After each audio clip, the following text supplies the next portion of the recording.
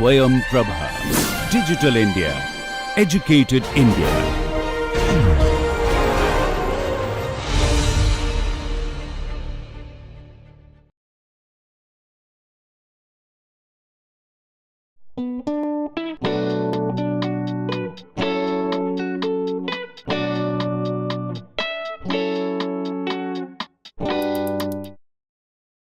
We are going to continue our discussions on gyroscopic motion that we had initiated. The overview of this lecture is we are going to discuss the stability of rotation of a rigid body, and next we are going to look at precessions of the earth. Now, when you have a rigid body, in general it will have in a spatial situation, it will have the moment of inertia tensor with unequal principal moments.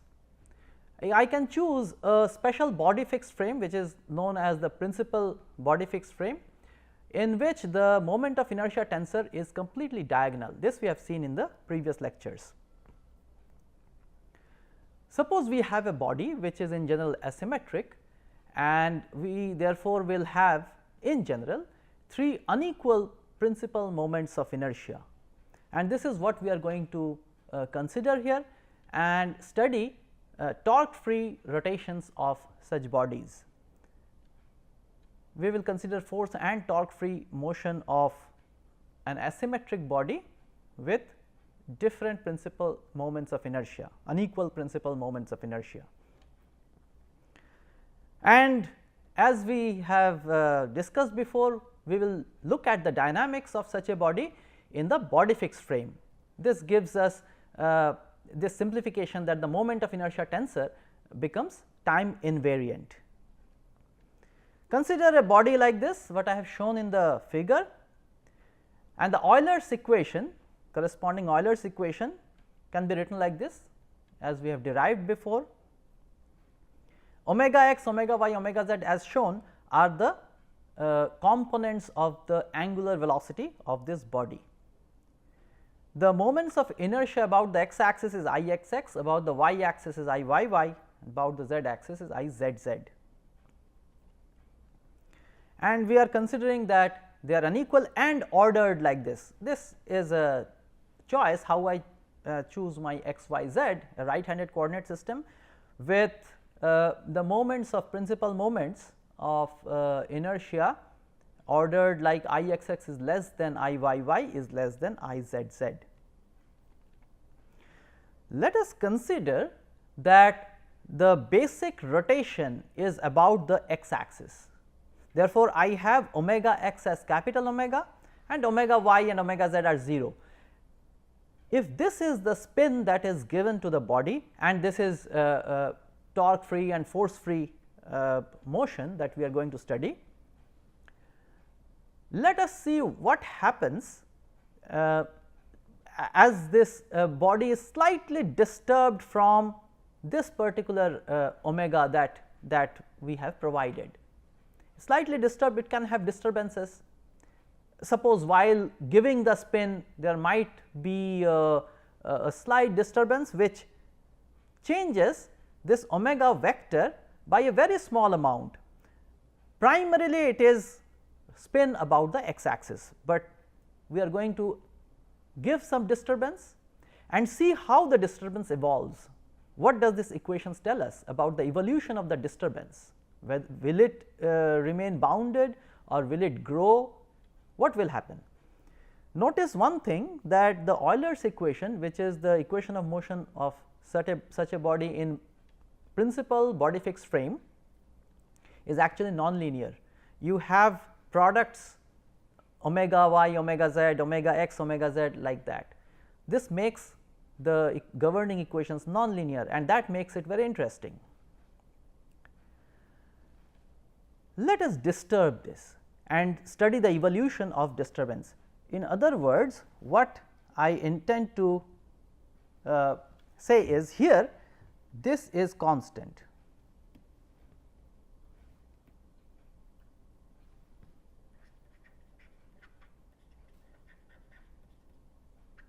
this is constant. However, these are functions of time, but these are small quantities. Epsilon x is a disturbance in omega x, a small disturbance.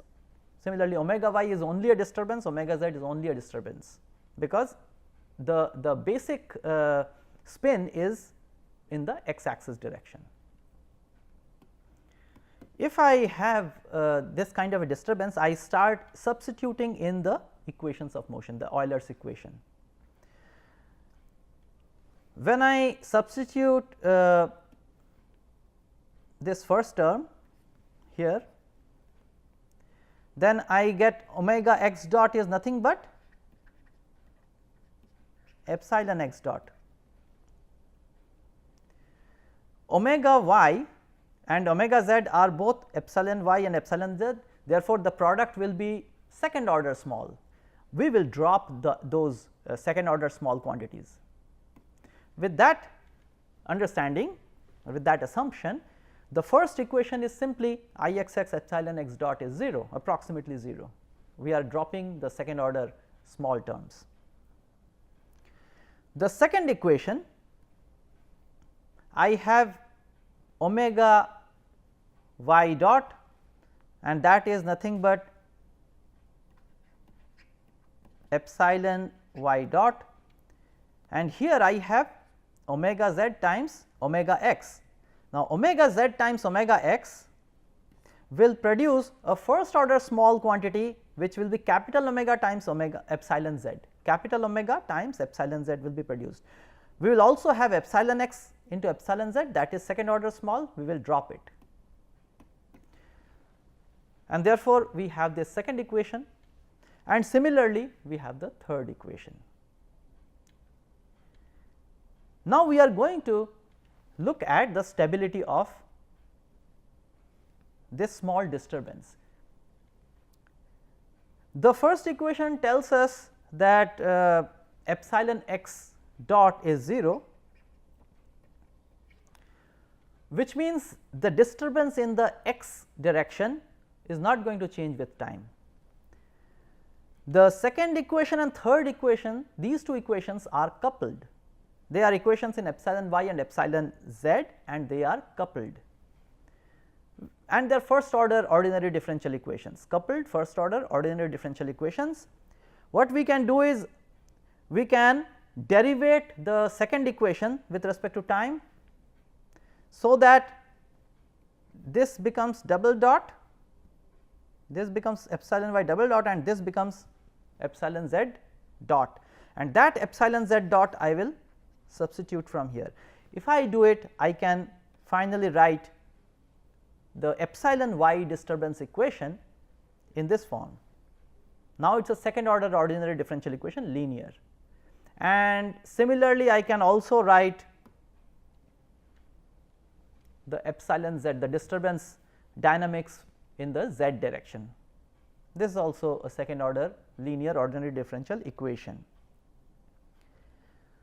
And we know the solution of this. This is basically harmonic oscillator differential equation. And what is this capital sigma p? Capital sigma p or capital sigma p square, that comes from the algebraic step that I have discussed now. It turns out to be I z z minus I x x times I y y minus I x x by I z z I y y times omega square. Capital omega square is the spin in the x direction. Now, because of this ordering,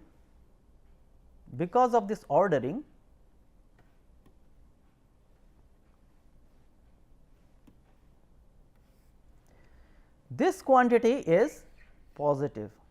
This you will note is positive, because I z z minus I x x is positive, I y y minus I x s is also positive, and z z, I z z and I y y are definitely positive, and omega square is positive. Therefore, this omega p square is positive. Then this represents a harmonic oscillator problem, and in a harmonic oscillator the solutions are like sine omega p t, cosine omega p t. Epsilon y can be written as a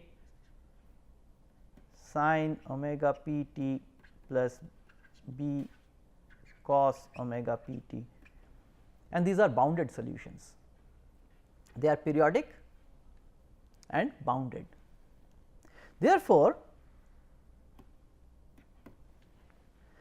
the solutions, the disturbance in this particular situation where I give the spin about the axis which has the smallest moment of inertia, I x x is the smallest moment of inertia. If I give spin about this axis which has the smallest moment of inertia, the disturbances will remain bounded. They will not grow indefinitely, they will remain bounded. Let us move on to the second situation where I give the spin about the intermediate axis, the axis which has the intermediate moment of inertia. Therefore, I have omega y as capital omega, a constant, and omega x and omega z are 0, but there can be an initial disturbance. Therefore, we are going to represent the actual omega as a perturbation of this basic solution, which is a spin about the y axis. Therefore, we now have omega x as epsilon x, a very small quantity which is a function of time, omega y is equals to capital omega plus epsilon y, which can be a function of time in general, and omega z is epsilon z, again a small quantity which may be a function of time. Again I start substituting these expressions of omega x, omega y, omega z perturbed equations into our Euler's equation, and look at the drop the second order small quantities and look at the dynamics of the disturbance dynamics. It is straightforward to show that these will be the equations. Now, what has happened is the disturbance in the y direction, epsilon y dot is 0, which means epsilon y is going to remain constant, whereas the dynamics, the disturbance dynamics in the x direction and z direction, they are coupled first order ordinary differential equations, and they are linear. Now, if you do the same steps, for example, I derivate the first equation once again with respect to time, everything is constant except epsilon x and epsilon z. I get epsilon z dot, which I substitute from here and get a single equation, a standalone equation in epsilon x dynamics, and similarly I can get a standalone equation in epsilon z dynamics. These are uncoupled equations, and therefore, I can easily solve. What is sigma p square now in this case? It is this expression, again because of this ordering, sigma p square is greater than 0, sigma p square is a positive quantity, but then it has picked up a negative sign, it has picked up a negative sign. The equations, the disturbance dynamics equations have picked up a negative sign. To make this omega p square to be positive, I have to bring this, pull out this negative sign, and here this is positive. Now, this kind of an equation,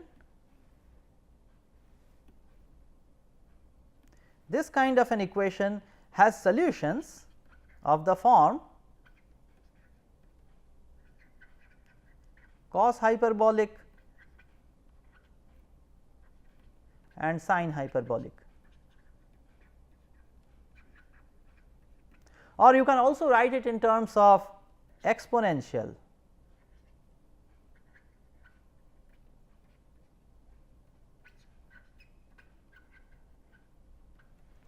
And here you will notice there are exponentially increasing terms. The first term is an exponentially divergent term. Therefore, epsilon x, the disturbance in the x, is going to exponentially diverge. Similar thing you will find with epsilon z, it will exponentially diverge. In other words, the solution of these equations, now the disturbance dynamics is now unbounded. This gives unbounded solutions, and hence this is unstable. A rotation about or a spin about the intermediate axis is unstable. Now, this is sometimes known as the intermediate axis theorem.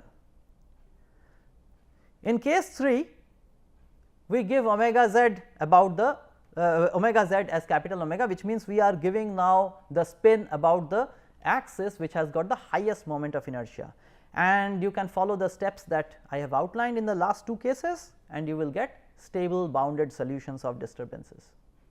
The disturbances will remain bounded. Therefore, what we observe is the rotation about the intermediate axis, intermediate moment of inertia axis is unstable, whereas it is stable about the least and the highest moment of inertia axis. So, if you give spin to an object about its lowest moment of inertia axis or its highest moment of inertia axis, it is going to be stable. For example, in the case of a slender body like a pen, if you give about the axis of symmetry, then that is the minimum moment of inertia axis, and that is going to be stable. The other two axes, because this is axis symmetric, so other two axes are same, they are also actually stable. But if you take a block, the figure that I have shown, and with unequal, this is the general cuboid, unequal sides, then you will find the least moment of inertia axis and the highest moment of inertia axis. If you give a spin and just you just toss it with a spin, initial spin, you will find that they are stable about the minimum and the maximum moment of inertia axis, whereas it is unstable about the intermediate moment of inertia axis. This is known as the intermediate axis theorem. We will have more to discuss on this later. Next, we look at the precession of the earth. The earth is not a perfect sphere, it is an oblate sphere. Therefore, it is, of course, it can be considered to be roughly axis symmetric, but it has got unequal moments of inertia about the polar axis and about any other axis which passes through the equator. And because of this, we have precessions. The earth is spinning, and therefore, and it is also freely moving, though we will see what are the forces, but its axis, it is spinning about its axis, and because of this it can precess. Now, there are two kinds of precessions. One is because of an external torque that acts, we will discuss this, and the other is free precession, what is also known as the Chandler's wobble. One is precession under a moment, the first one. The second one is Chandler's wobble, is torque free precession. Now, because of this oblateness of earth, we have the radius at the equator minus radius at the pole. So, radius at the equator exceeds the radius at the pole by 21.7 kilometer. Now, because of the sun's attraction and additional mass here, you have additional mass here and here,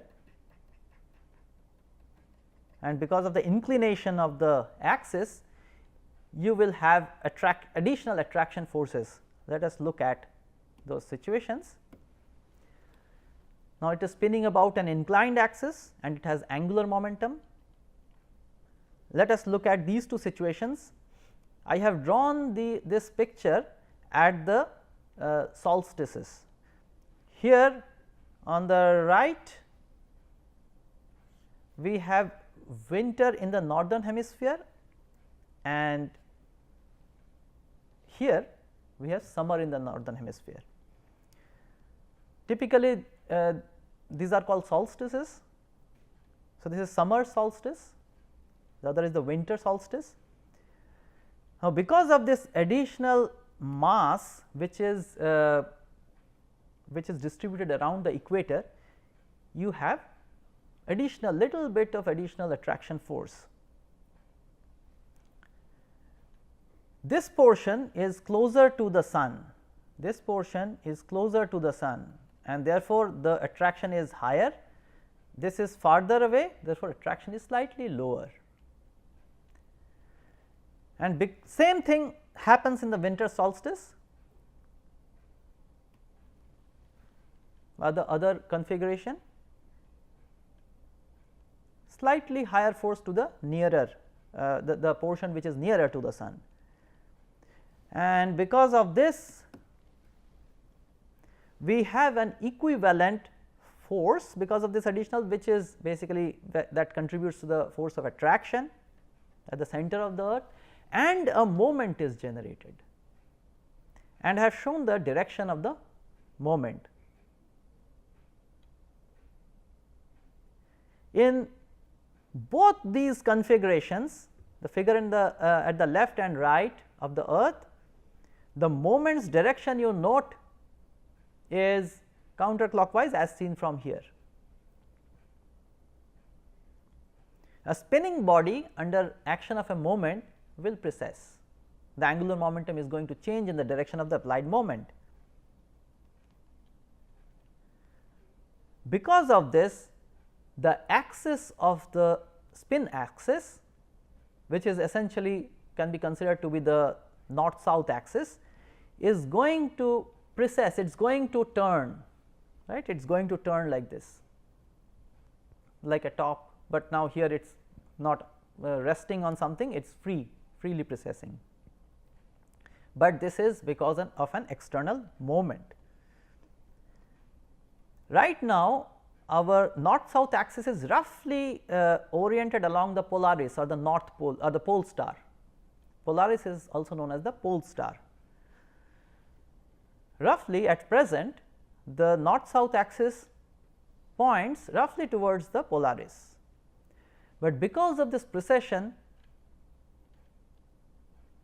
after a while the axis is going to point in completely different direction. The north south axis is going to change, it will no longer point towards the Polaris, but how much time will it take? So, precession of the spin axis occurs because of this small additional moment, and there is one more thing to note.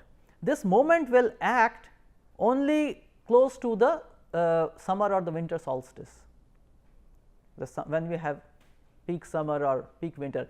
In spring or in autumn, this moment will disappear.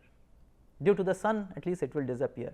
Moon will also produce a moment that will remain, but because of the sun, this is going to disappear close to spring or autumn. But summer and winter, it is going to give this moment, we will have this additional moment on the earth which will precess the spin axis. Therefore, Polaris, the pole star, is not a fixed star. How much time does it take to complete this precession? How much time does it take to start from here and come back here? It is 26,000 years, approximately 26,000 years. Therefore, after 13,000 years, we will be absolutely disoriented from the Polaris. The north south axis will be pointing to completely different direction. After another 13,000 years, it will come back to point towards Polaris. Now, this is the present, the figure above shows the present configuration. After 13,000 years, this is how it's going to look like. Therefore, if you consider that some spatial coordinate where we had summer in the northern hemisphere, at that location in space we will have winter. Next, we are going to discuss Chandler's wobble. This is a torque free precession of the earth because of oblateness, just like a Frisbee disc precesses. Therefore, we have this additional.